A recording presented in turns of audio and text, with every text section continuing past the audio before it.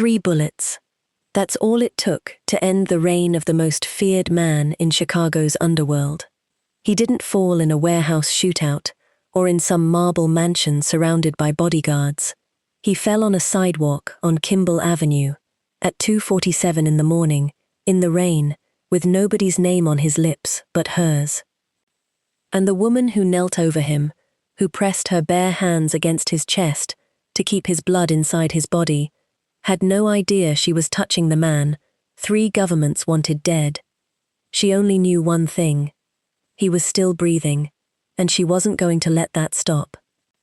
This is the story of a man who was taught that love was a weakness men like him couldn't afford, and the nurse who taught him it was the only thing worth affording. Stay with me until the end, because what happens in the final 10 minutes of this story will wreck you. But first, hit subscribe, because I promise you, you will want to be here for the ones that come after this. Now, let's go back to where it started. Before we dive in, if you're the kind of person who believes love can find you even in the darkest places, drop a B in the comments right now. I want to know who's riding with me on this one. Okay, now let's begin. Kang Seojun was 11 years old the first time he watched his father kill a man. It happened in the back room of a dry cleaning shop on Lawrence Avenue, the kind of place that smelled like starch and steam and secrets. His father, Kang Dae-sung, had been a quiet legend among Chicago's Korean business owners, a man who lent money when the banks wouldn't, who protected shopkeepers from problems that, more often than not, he had created himself. Seojun wasn't supposed to see what happened that night. He'd snuck downstairs for water. Instead, he got an education no child should receive, that his family's comfort, the private school uniform, the piano lessons, the brand new Nikes, had all been paid for in a currency far darker than dollars. His father caught him watching, didn't yell, didn't send him away. He simply said, in Korean, "One day, this will be yours. Learn to look at it without flinching." Seojun learned.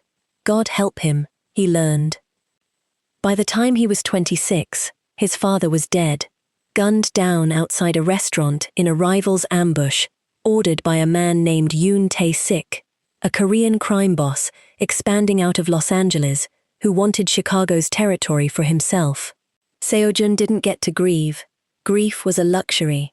Within a week of burying his father, he was sitting at the head of a table full of men twice his age, all waiting to see if the boy could hold what his father built. He held it. For 9 years he held it. They called him Yusong in the old country slang, the ghost, because deals closed around him, and men disappeared, and somehow his name was never on a single police report. He built walls so high around himself that even his own men rarely saw him laugh. His mother had died when he was young.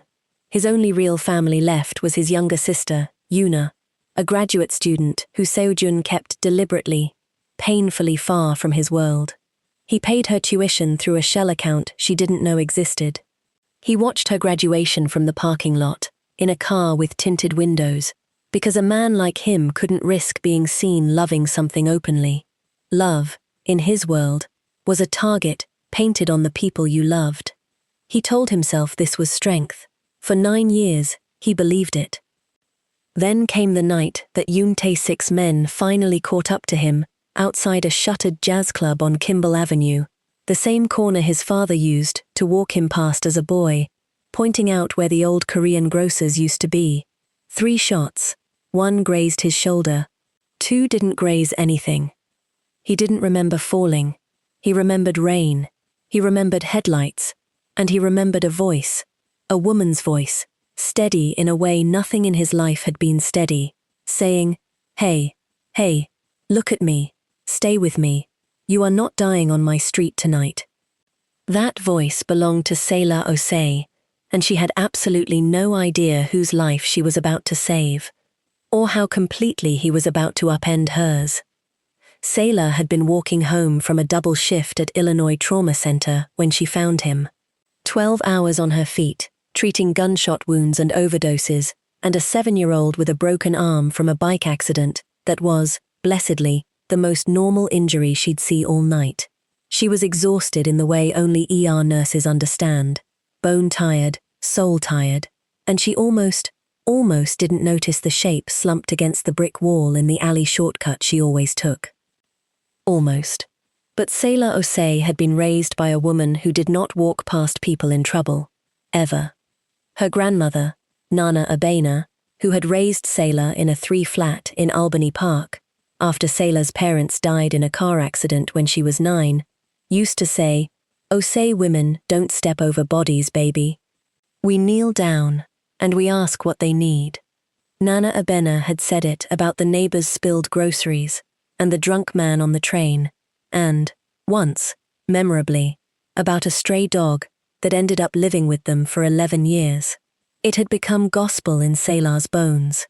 So when she saw a man bleeding out against a brick wall, she didn't think. She dropped her bag, tore off her scrub jacket, and pressed it hard against a wound that, in her professional opinion, should have killed him 3 minutes ago. "Sir, can you hear me? I need you to stay awake." He opened his eyes, even half-conscious, even losing blood by the second. Something in his gaze was unnervingly aware, like he was cataloguing her, memorizing her, even as he was dying. "Selah," she said, when he asked her name in a rasp. "My name's Selah. Yours?" He hesitated. Later, she'd understand why. Giving his real name to a stranger was not something Kang Seojun had done in almost a decade. But something about the rain, the pain, the absolute certainty in her voice made him say it anyway. "Seojun." "Okay, Seojun. Stay with me, Seojun." The ambulance she called arrived in 6 minutes, that felt like 60. She rode with him, hand pressed to the wound the entire way, talking to him in a low, calm stream of nonsense, just to keep him tethered to consciousness, asking him about his favorite food, his favorite season, anything, everything, because she'd learned a long time ago that dying men hold on tighter when they have something small and human to hold on to. He held on to her voice. For years afterward, he would say that was the night he understood what his father never taught him, that gentleness could be its own kind of unbreakable. He survived, barely. And when he woke up 2 days later in a hospital bed, under a fake name his men had supplied to the front desk, the first thing he asked the nurse on shift was whether the woman from the ambulance still worked there. She did. And against every rule of professional distance Selah had ever set for herself, she found herself checking on him during her rounds, more than her patient load required. He was polite, unnervingly composed for a man who'd nearly died. He asked her questions, real questions, about her life, her grandmother, why she became a nurse, with a focus that made her feel like the only person in the room, in a job where she was usually invisible furniture in other people's worst days. Being seen like that was disarming. Here's a question for you, and I want you to actually answer it in the comments. Have you ever felt an instant, unexplainable pull toward a stranger, the kind where some part of you knew they'd matter, before you had any proof? Tell me below. I read every single one. By the time Seojun was discharged, he'd given the hospital a donation, 3 times the size of his own medical bill, under a name that wasn't his, and he'd gotten Selah's number the old-fashioned way, by asking, plainly, if he could call her sometime. Not smooth, not rehearsed, just honest, in a way that surprised even him. She said yes, before she let herself think about why a mysterious, expensively dressed stranger with a gunshot wound and no explanation had made her feel more alive in 4 days than anyone had in 4 years. What followed was, by Seojun's own private admission, the strangest season of his life. He took her to a tiny Ghanaian restaurant in her old neighborhood because she mentioned once, almost shyly, that nowhere in the city made jollof rice like her nana used to, and he'd had his assistant, Dae-hyun, quietly track down the one place that came close. He didn't tell her that. He let her think he'd just gotten lucky. Dae-hyun, Seojun's oldest friend and second in command, was the only person who knew about her at all, and he didn't like it. "You're the most hunted man in 3 states, Dae-hyun told him one night, in the office above the dry cleaning shop, that still, symbolically, functioned as the organization's front. And you're falling for a nurse who doesn't even know your last name. She knows more about me than anyone alive," Seojun said. It was the truth, and it terrified him. Because here was the strange, cruel joke of it. With Selah, Seojun didn't have to be the ghost. He didn't have to calculate every sentence for weakness, or wonder who was listening, or decide what version of himself was safest to show. She made him laugh, actually laugh, the kind that surprised him coming out of his own chest. She teased him for texting like a man twice his age. She fell asleep on his shoulder during a movie in his car, because neither of them wanted the night to end, and he sat there, engine off, arm slowly going numb, refusing to move for 2 hours, because he did not want to lose a single second of it. For Selah's part, she found herself falling for a man who was, admittedly, an enigma. He never told her exactly what he did for work. Consulting, he said, which she found almost funny in its vagueness. He disappeared sometimes for days. He had a driver. He flinched, once, violently, when a car backfired near her apartment, and it took him nearly a full minute to steady his breathing again. She noticed things. She was a trauma nurse. Noticing things that didn't add up was her entire profession. But he was patient with Nana Abena, who interrogated him for 45 minutes over jollof rice, about his intentions and his family, and whether he went to church, and he answered every question with a respect that made the old woman put down her guard, and eventually pull Selah aside to whisper, "That one has old sadness in him, baby. But he looks at you like you're the only warm room in a cold house." Selah didn't tell him that, but she thought about it every day after. She was falling, he was falling, and neither of them yet understood how far there was to fall.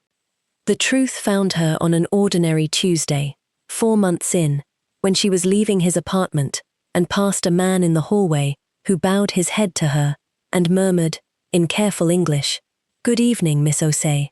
Boss speaks of you often. Boss." She stood frozen in that hallway for a long time before she went back inside and asked Seojun, flatly, what that word meant. He didn't lie to her. She would give him that, always. When it mattered most, he never once lied to her face. He told her everything, his father, Yoon Tae-sik, the empire he inherited instead of chose, the blood on hands he'd tried, every single day since meeting her, to keep away from hers. Selah didn't scream. She didn't cry. Not right away. She sat very still on his couch, a nurse's steadiness settling over her, even as her whole understanding of the last 4 months rearranged itself, brick by brick. "You almost died in front of me," she finally said, "and you never told me why people were trying to kill you. I didn't want you to be afraid of me." "I'm not afraid of you," she said quietly. "I'm afraid of what loving you might cost me." She left that night, and for 3 weeks, she didn't answer his calls. "Okay, real talk for a second, before we keep going, because I need you with me for what's coming. If you've ever had to choose between your safety and your heart, and you know exactly which one you almost picked, comment, 'I know that feeling,' below, because trust me, a lot of people watching this are nodding right now. And if this story has you hooked already, do me a favor and hit that like button and subscribe. It genuinely helps this channel keep telling stories like this one.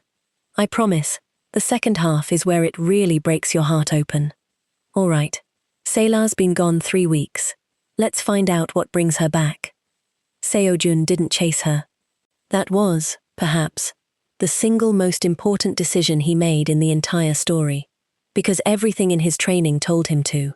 Every instinct built by 9 years of running an empire said control the situation, don't let it slip. But he understood, somewhere underneath the ghost, that Selah wasn't a situation. She was a person who deserved a choice he'd never given anyone in his life. The freedom to walk away from him completely, without consequence, without fear. So he let her go, and he began, quietly, dismantling the only life he'd ever known. It started small, He handed off 2 territories to men he trusted. He stopped taking meetings personally. He began routing money into legitimate accounts. A logistics company, a small chain of dry cleaning shops that were, for the first time in Kang family history, actually just dry cleaning shops.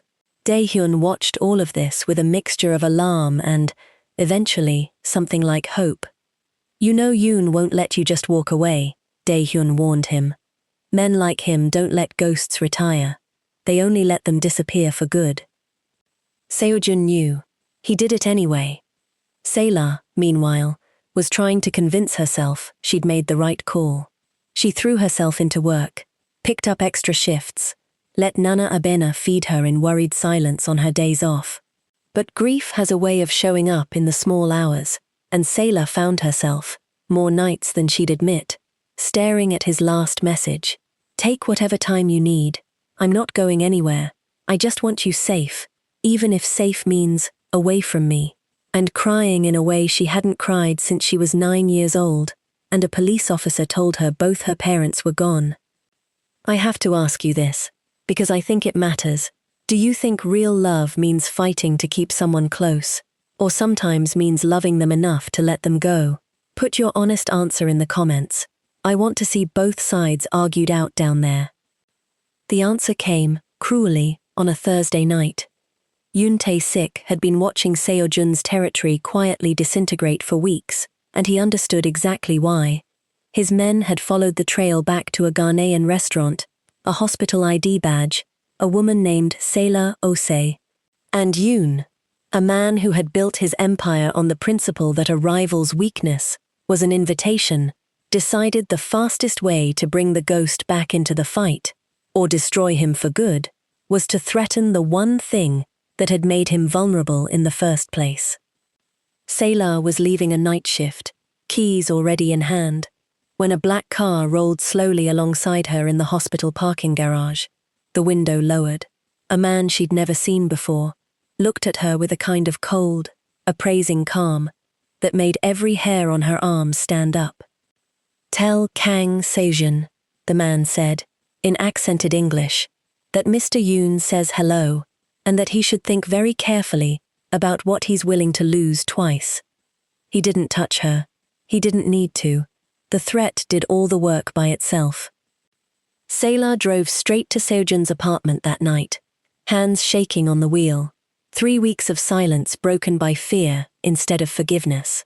When he opened the door and saw her face, he knew, before she even said a word, exactly what had happened, and exactly whose fault it was. "I'm sorry," he said, before she could speak. "I am so sorry. I thought if I stepped back, if I let you go, you'd be safe from all of it. I was wrong. I made it worse." "I don't want an apology," Selah said, finally letting herself cry in front of him for the first time. "I want to understand what kind of man I fell in love with. All of it. No more protecting me from the truth." And so, at 1 a.m., in an apartment with the blinds drawn, Kang Seojun told her everything.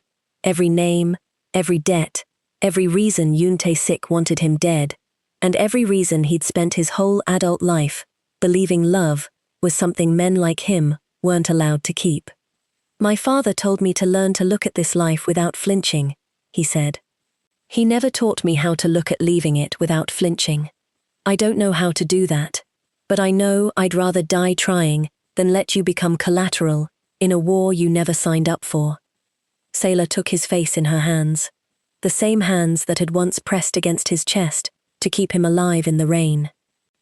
"Then let's figure out how to end it," she said, "together, because I already lost my parents to something I couldn't control. I am not losing you to something you can. Ending a 9-year criminal legacy is not something that happens over a cup of coffee." It took 3 more weeks of careful, terrifying maneuvering, Dae-hyun quietly rallying the loyal captains, Seojun negotiating a full withdrawal from contested territory that would leave Yoon Tae-sik nothing left to gain by continuing the war, and Selah, against every protest Seojun made, refusing to be shut out of the plan. "You don't get to protect me by disappearing from the decision," she told him. "We're in this together, or we're not in this at all. The night it all came to a head was the last night Kang Seojun ever operated as the ghost. The meeting was supposed to be simple, a final sit-down at a warehouse near the river, brokered by neutral parties, where Seojun would formally cede his remaining territory, and Yoon would, in theory, have no further reason to pursue him. Daehyun begged him not to go alone. Seojun went anyway, because he refused to let anyone else pay the price of a war his father started before he was born. Selah waited 3 miles away, in her car outside her grandmother's house, on the phone with Daehyun, who was tracking the situation from a car parked outside the warehouse against Seojun's direct orders. It was a trap. Of course it was a trap. Yoon Tae-sik had never intended to let the ghost walk away with his life, only his territory. The moment Seojun set down the paperwork transferring his final holdings, Yoon's men moved. Daehyun, watching from outside, broke every instruction he'd been given and stormed in with the loyal captains behind him, not for the empire, but for the friend who'd finally, after 9 years, chosen to be a person instead of a weapon. The fight that followed was brutal, chaotic, and short. Seojun took a blade meant for Daehyun's back and a bullet meant for his own chest, both in the space of 10 seconds, and it was, in the end, Daehyun who put Yoon Tae-sik down for good, ending nearly a decade of blood between 2 families in the same warehouse where it very nearly claimed a 3rd generation. Seojun collapsed against a stack of shipping crates, blood soaking through his shirt in a horrible, familiar rhythm, and the last thing he did before the world went dark at the edges was pull out his phone with shaking fingers and call the only number he needed. Selah was already driving before he finished the sentence. She broke every traffic law in Chicago getting to that warehouse, and when she found him, pale, barely conscious, the rain starting again outside just like the first night, she did not scream, did not panic, did not do anything except drop to her knees in his blood, exactly the way she had 8 months earlier, on a sidewalk on Kimball Avenue, and press her hands against a wound to keep the only thing that mattered inside his body.